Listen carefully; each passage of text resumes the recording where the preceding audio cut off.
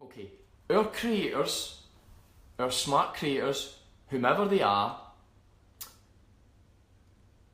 would it be smart of them to create a human organism, a system that whenever we didn't have food, for our cognitive capacities to decline? So if we're in a state of famine, if we were out in the lands and we couldn't find food, because obviously in this day and age food is abundant, but if you go back 100,000 years, imagine you're out, you're foraging, and you can't find food, you're out in the hunt, you're trying to forage and you just can't find it, and you go a day, 2 days, 3 days, would it be smart of them to create an organism by which our cognitive capacities got worse as time went on, as you were continuing to seek more food? No, it wouldn't.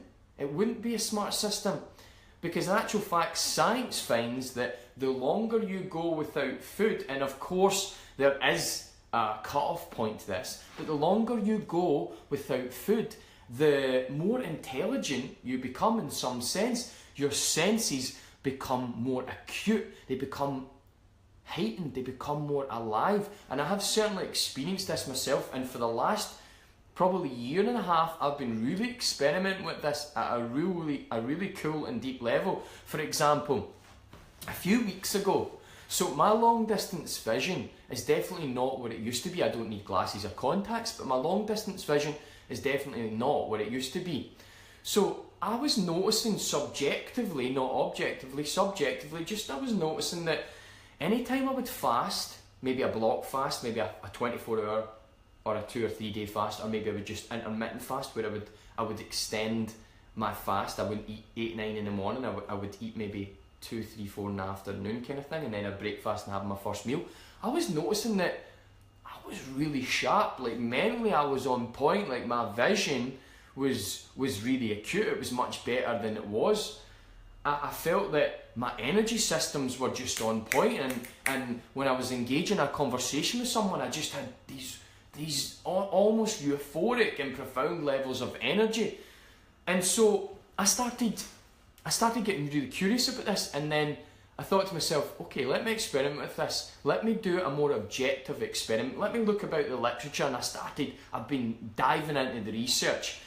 And so I got myself a little plaque, and I drew some letters on the plaque, almost mimicking like an eye test.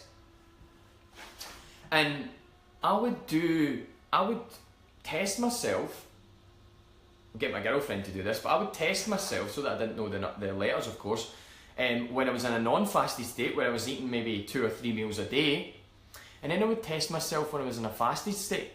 And unbelievably, what I found was that subjectively, kind of you could say that was under rigorous scientific, maybe not rigorous, but under scientific conditions, was that my eyesight got way better.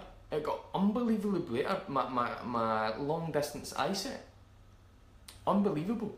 And that kind of fits in with that research, that kind of evolutionary research, that your maker wouldn't be a smart and intelligent maker to create a system whereby when you're in a state of famine and you are on the hunt for food, your cognitive capacities, your senses decline. No, it would make sense for them to heighten, to get better, so that you can find food, satiate yourself, because the human organism's number one drive is to survive, procreate, to thrive. And we can thrive in a state where we are fasting. We can utilise these systems that our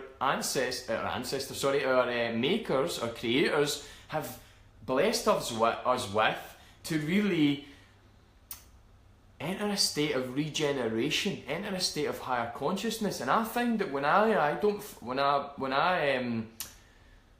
prolong my fasted state, 3, 4, 5, 6, and I maybe eating a 4-hour eating window, my God, the clarity, the understanding, the consciousness, the energy levels,